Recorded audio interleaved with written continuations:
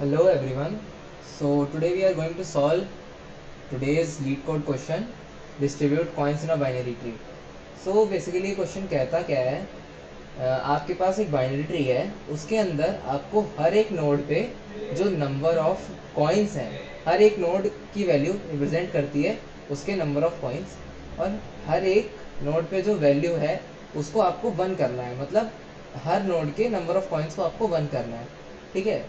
और उसके लिए आप क्या वो क्या कहना चाहिए, कौन सा ऑपरेशन यूज़ कर सकते हैं। वो ऑपरेशन होगा आपका पेरेंट से चाइल्ड में एक कॉइन ट्रांसफ़र करना या चाइल्ड से पेरेंट में एक कॉइन ट्रांसफ़र करना।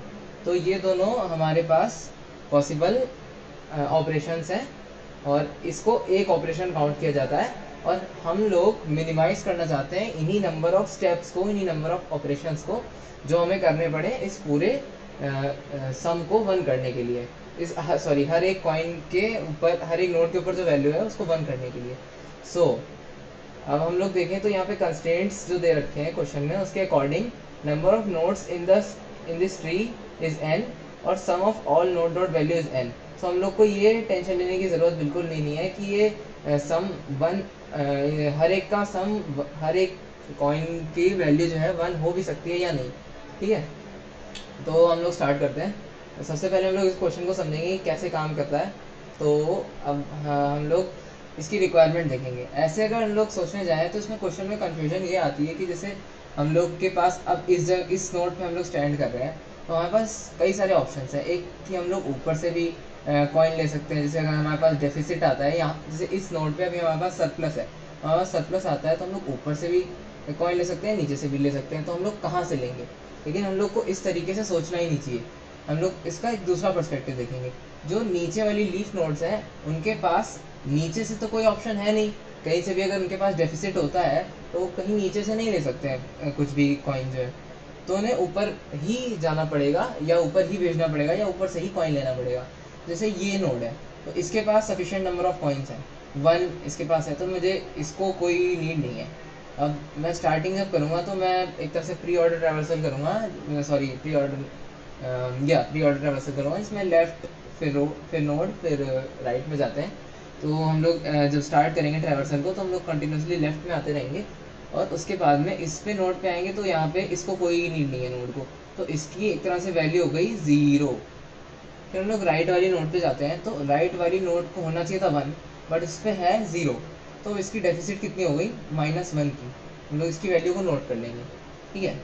तो अब इस इतने का क्लियर हो गया। अब हम लोग इस सब ट्री की इस नोड पे आते हैं, ठीक है। तो इस नोड को टेक्निकली 1 होना चाहिए था, है ना, बट इस नोड पे अभी है 2 कॉइन्स, ठीक है। तो अब लेकिन हम लोग इसको, क्योंकि जैसे हम लोग नीचे वालों को कंसिडर कर रहे थे, तो हम लोग दोनों तरफ की वैल्यूज़ को इसमें ऐड अप कर देंगे, और इस पूरे सब ट्री को एक नोड की तरह से ट्रीट करेंगे।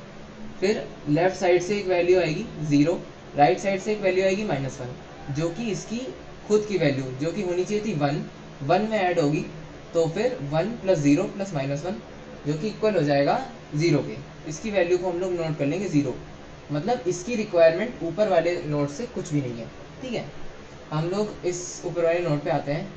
इस ऊपर वाले नोड को देखें, सॉरी इस वाले नोड पे हम नहीं जाएंगे क्योंकि हमारा ये सब ट्री कंप्लीट हो गया। हम लोग इधर जाएंगे, लेफ्ट साइड में आएंगे, ठीक है। इसके लेफ्ट फिर नोड पे आए, बट फिर राइट में जाएंगे, लेफ्ट इस पे जाते रहेंगे, राइट पे जाके लेफ्ट में जाते रहेंगे, फिर इधर से जैसे आपका प्री ऑर्डर ट्रैवर्सल होता है। अब इस नोड को भी -1 आएगा जैसे इस नोड को आया है, फिर इस नोड को इधर से वैल्यू आएगी -1, इसको होना चाहिए था 1, है ना, इसको 1 होना चाहिए था, बट इसको भी मतलब एक तरह से इसका भी कम हो गया, तो इसकी वैल्यू खुद की -1 रहती, -1 + -1 -2 हो जाएगा। और हम लोग देखेंगे ये इसका और इसका सम, ये जो सेंट्रल नोड पे बनेगा, जो सेल्फ के साथ में इसका बनेगा, वो हमेशा 0 आएगा, क्योंकि कंस्ट्रेंट्स ऐसे गिवन है हमारे पास क्वेश्चन में। तो 0 और -2 को जब हम लोग ऐड करेंगे तो आएगा -2, जो कि इसकी एक्स्ट्रा वैल्यू जो है, इसकी वैल्यू 3 की 2 बनेगी, मतलब 2 इसकी एक्सेस है, इसके पास सरप्लस है 2 का, है ना। तो अब 2 और -2 को जब हम लोग ऐड करेंगे तो हो जाएगा 0, और ये हमेशा ट्रू रहेगा। अब हम लोग अगर एकदम साफ साफ देखें तो जो नंबर ऑफ मूव्स हमें लगते हैं वो कितने होंगे यहाँ पे। इसको एक की रिक्वायरमेंट है, वो यहाँ से पूरी हो जाएगी, वो हो जाएंगे 1। इसको एक की रिक्वायरमेंट है, वो लेगा यहीं से। अब इसकी जब भी पूरी होगी रिक्वायरमेंट वो होगी, लेकिन हम अभी के हिसाब से देखेंगे तो वो लेगा यहीं से। तो इसकी 1 हो जाएगी, नंबर ऑफ मूव्स हमारे 1, फिर +1 इन दोनों का। और फिर इसको देखें तो इसको कोई रिक्वायरमेंट नहीं है, इसको 2 की रिक्वायरमेंट है जो कि पूरी ऊपर से होनी है।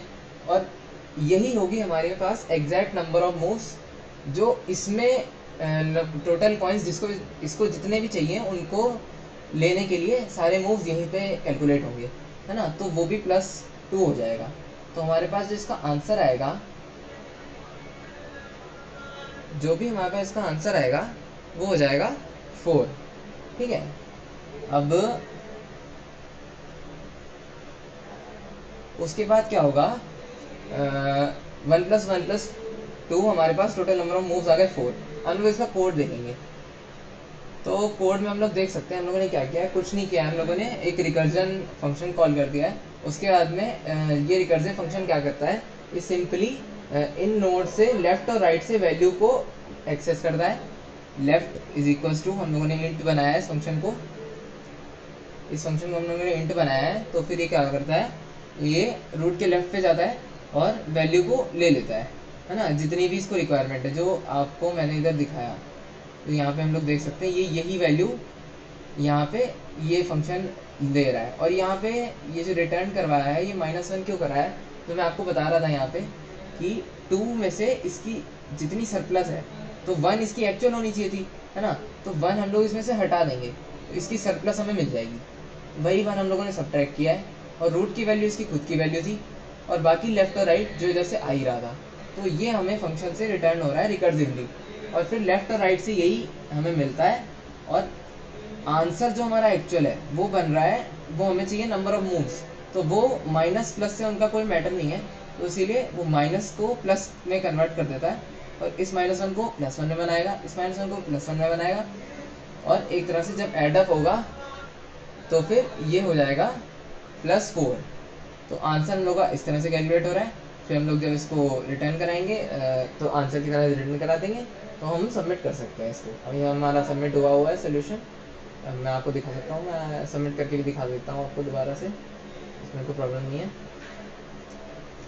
तो हमारा अभी 5 मिलीसेकंड दिखा रहा है, बट लीड कोड का इससे बहुत मैटर नहीं करता है, बट आपकी अप्रोच समझ आनी चाहिए।